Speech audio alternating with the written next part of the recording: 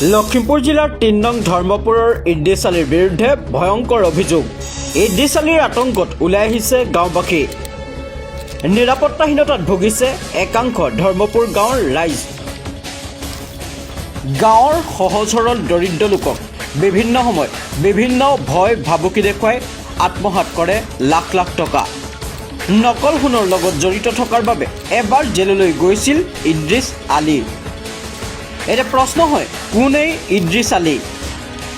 লালুক আৰক্ষী চকীৰ নাম লৈ বিভিন্নজনক ভয় ভাবুকি দেখুৱাই ধন সংগ্ৰহ কৰিবলৈ ক'ত ইমান সাহস পালে ইদ্ৰিছ আলীয়ে?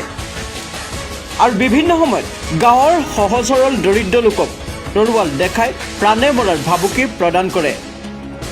আৰু নিশাৰ আন্ধাৰৰ লগে লগে পথেদি হাতত মাৰণাস্ত্ৰ লৈ ঘূৰি থাকে বুলি গাঁৱৰ ৰাইজে উল্লেখ কৰিছে।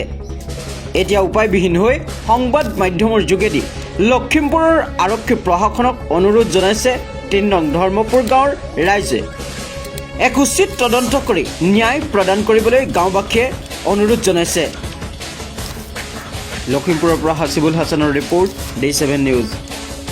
আৰু আপোনাৰ যিকোনো দুখীয়া গৰীব দুখীয়া মানুহক ভাবুকি দিয়ে, হুমকি দিয়ে, পুলিচৰ হুমকি দিয়ে, মিছামিছি কেছত ফচাই দিয়ে। পুলিচৰ নামত ব্লেকমেইলিং কৰে। পুলিচৰ নামত ব্লেকমেইলিং কৰে, কিন্তু পুলিচৰ নামত যে ব্লেকমেইলিং কৰে, কিন্তু পুলিচৰ ওচৰত খবৰটো জানে নাই, কিন্তু সি পইচা লয়।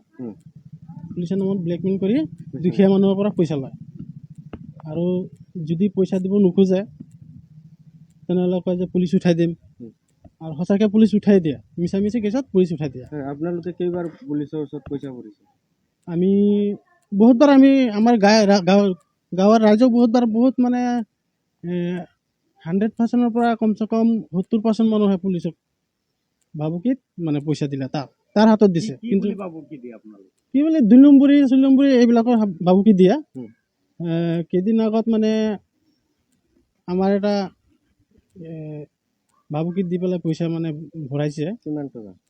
আমাৰ 1 লাখ মান টকা মানে ভৰাইছে মিছামিছি কেছত। পইচাটো ক'ত লৈছিল? আলুক থানাত? পইচাটো থানাত লোৱা নাই, বাহিৰত লৈছে। কিন্তু পইচাটো সিয়ে লৈছে। কোনে লৈছে? ইদ্ৰিছ আলীয়ে লৈছে। ইদ্ৰিছ আলী লৈ পেলাই কাক দিছে সেইটো আমি কাৰ নাজানো। নামত লৈছে পইচা? থানাৰ নামত লৈছেতো, থানাৰ নামতেই থানাত দিব বুলি। কোন থানা? লালুক থানাত দিব বুলি লৈছে, কিন্তু সি মোৰ অনুমানত সি পুলিচক দিয়া নাই দিয়া। কেলৈ যেতিয়া আমাৰ আনন্দ মিশ্ৰা ছাৰ আহিছিলে, যেতিয়া এজাহাৰ দাখিল কৰিছিলোঁ, তেতিয়া পুলিচে বহুত ঘূৰি ফুৰিছে ইয়াত, তাক ধৰি পোৱা নাই। আমাৰ গোটেই গাঁৱৰ ৰাইজেও তাক ধৰিবলৈ চেষ্টা কৰিছে, কিন্তু তাক ধৰিব পৰা নাই। মানুহটো কি কৰে? মানুহটো 2 নম্বৰী কৰে। তাৰ ওপৰত কমচে কম 2 নম্বৰী কেছি 6-7টা মান আছে। আনন্দ মিশ্ৰা ছাৰ আছিলে, তেখেতৰ ওচৰত চেলেণ্ডাৰ হোৱা নাছিলে? চেলেণ্ডাৰ হোৱা নাই। ক'ত পলাই বাগৰি ফুৰিছে। আমি এতিয়া বিচাৰোঁ যে আমাৰ ন্যায় বিচাৰটো লাগে। ইয়াত যিমান দুখীয়া মানুহ আছে সেইবিলাকক হেৰেছমেণ্ট দি পেলাই পুলিচৰ বাবুকি দি পেলাই ঘৰত পুলিচ উঠাই দিয়ে, আৰু খুৰ্কি লৈ ধমকি দিয়ে। আজি ৰাতিপুৱা এটা ঝগড়া হ'ল। আমাৰ ভনী কালি বোলে আৰু বাইটি গৈছিলে ডিচেলৰ ঘৰত, মোৰ ভনীজনী বেমাৰ। তাৰপাছত যোৱাৰ পাছত সিহঁতক বোলে খুৰ্কি চুৰ্কি লৈ আহিছে, মাৰি পেলাব। বাবুকি দিছে। কিয় সিহঁতৰ ঘৰত কেলে গ'ল দাদা আৰু ভাইটি? সেইকাৰণে আহিলে, মাৰিবলৈ আহিলে, খুৰ্কি লৈ বাবুকি দিয়ে। পুলিচৰ যাহা তাহা মানুহক মানে ফচাই দিয়ে, 2 নম্বৰী কৰিম বুলি কৰা বুলি ফচাই দিয়ে। মিছামিছি মানুহক ফচাই, সদায় ফচাইয়ে থাকে।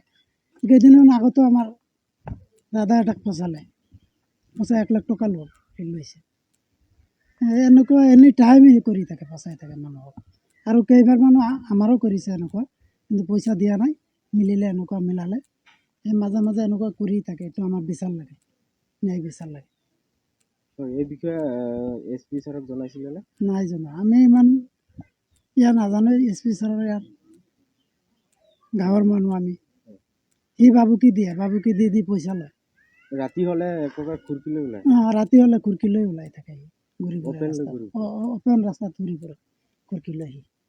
পুলিচৰ বাবুকি দিয়ে, খুৰ্কি লৈ ঘূৰি ফুৰে। ধৰ্মপুৰৰ ৰাইজৰ এক প্ৰকাৰ সন্ত্ৰাসৰ সৃষ্টি কৰে। ৰাইজেও একবাৰ এজাহাৰ দিছিলে তাৰ নামত, ৰাইজ মিলি তাৰপাছত সি কেইদিনমান পলাই বেল নাকি ওলালে এতিয়া ঘৰতে থাকে।